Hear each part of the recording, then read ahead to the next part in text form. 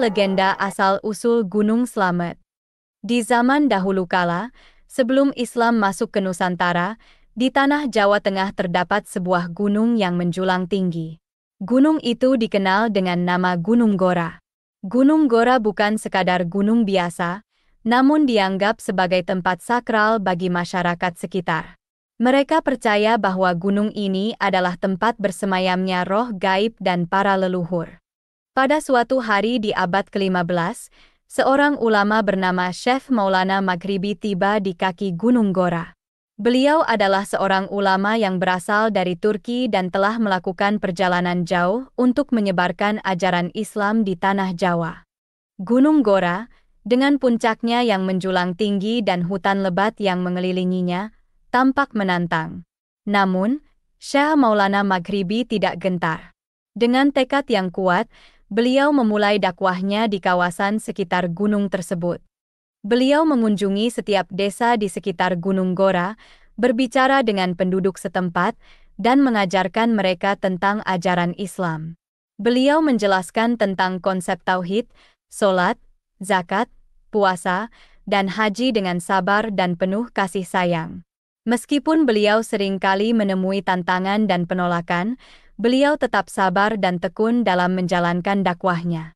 Syekh Maulana Maghribi tidak hanya mengajarkan ajaran Islam, tetapi juga menunjukkan contoh perilaku yang baik dan etika yang tinggi. Beliau selalu berlaku adil, berbicara dengan lembut, dan membantu orang yang membutuhkan. Kepribadian beliau yang baik dan sikap beliau yang rendah hati membuat banyak orang kagum dan akhirnya menerima ajaran Islam. Seiring berjalannya waktu, Syekh Maulana Maghribi berhasil menyebarkan ajaran Islam di kawasan sekitar Gunung Gora. Kini, Gunung Gora tidak hanya dikenal sebagai gunung yang indah dan menantang, tetapi juga sebagai tempat di mana ajaran Islam pertama kali disebarkan di tanah Jawa.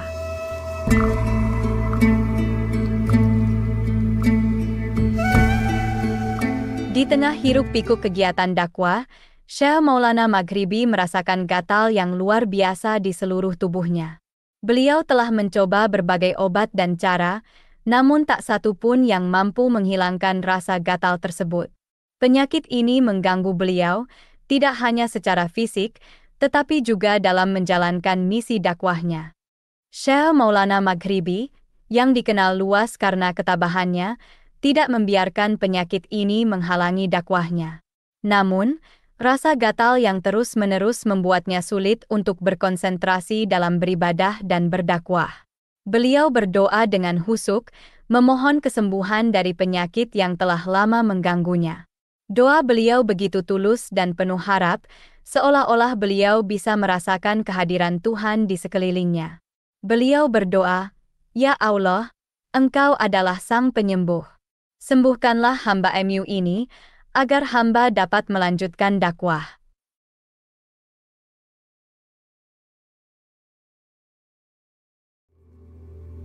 Hari demi hari, Syekh Maulana Maghribi terus berdoa dan bermunajat.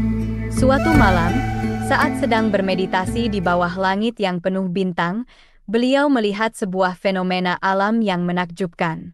Seberkas cahaya terang menyilaukan turun dari langit, menerobos kegelapan malam. Cahaya itu begitu indah dan misterius, sehingga sang Syekh merasa terpanggil untuk menyelidikinya. Dengan hati yang penuh rasa ingin tahu, Syekh Maulana Maghribi segera mengikuti arah cahaya tersebut. Perjalanan yang ia tempuh cukup melelahkan. Ia harus melewati hutan belantara, sungai deras, dan tebing-tebing curam. Namun, semangatnya untuk mengungkap rahasia cahaya itu tidak pernah padam. Setelah beberapa hari melakukan perjalanan, akhirnya Syekh Maulana Maghribi sampai di sebuah gunung yang sangat tinggi. Gunung itu dikenal dengan nama Gunung Gora. Di puncak gunung, beliau menemukan sumber cahaya yang telah lama dicarinya. Ternyata, cahaya itu berasal dari sebuah mata air panas yang memancarkan cahaya keemasan. Air panas itu terlihat begitu jernih dan berkilau. Tanpa ragu, Syekh Maulana Maghribi memutuskan untuk berendam di dalamnya. Saat tubuhnya terendam dalam air hangat itu, beliau merasakan sensasi yang sangat menenangkan. Seluruh tubuhnya terasa segar dan ringan. Tak hanya itu, beliau juga merasakan sebuah kekuatan gaib mengalir ke dalam tubuhnya. Setelah berendam cukup lama, Syekh Maulana Maghribi keluar dari mata air panas.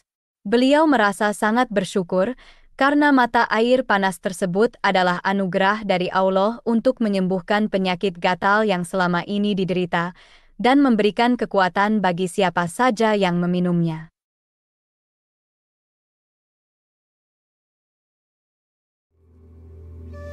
Setelah merasakan khasiat luar biasa dari air panas di puncak Gunung Gora, Syekh Maulana Maghribi merasa sangat bersyukur kepada Allah. Beliau yakin bahwa mata air ini adalah anugerah yang sangat istimewa, sebuah tanda kasih sayang Allah kepada seluruh umat manusia. Dengan hati yang penuh syukur, beliau memutuskan untuk menjadikan tempat ini sebagai tempat suci bagi masyarakat sekitar. Syekh Maulana Maghribi merenung panjang tentang nama yang cocok untuk gunung yang telah memberinya berkah luar biasa ini. Beliau ingin memilih nama yang mengandung makna yang dalam dan dapat menginspirasi banyak orang. Setelah beberapa lama berpikir, beliau akhirnya memutuskan untuk mengganti nama Gunung Gora menjadi Gunung Slamet. Nama Slamet dipilih karena memiliki makna keselamatan dan kesejahteraan. Beliau berharap dengan nama baru ini, gunung tersebut dapat menjadi simbol keselamatan bagi seluruh umat manusia. Selain itu, nama Slamet juga mengandung harapan agar masyarakat yang tinggal di sekitar gunung selalu hidup dalam keadaan selamat dan sejahtera.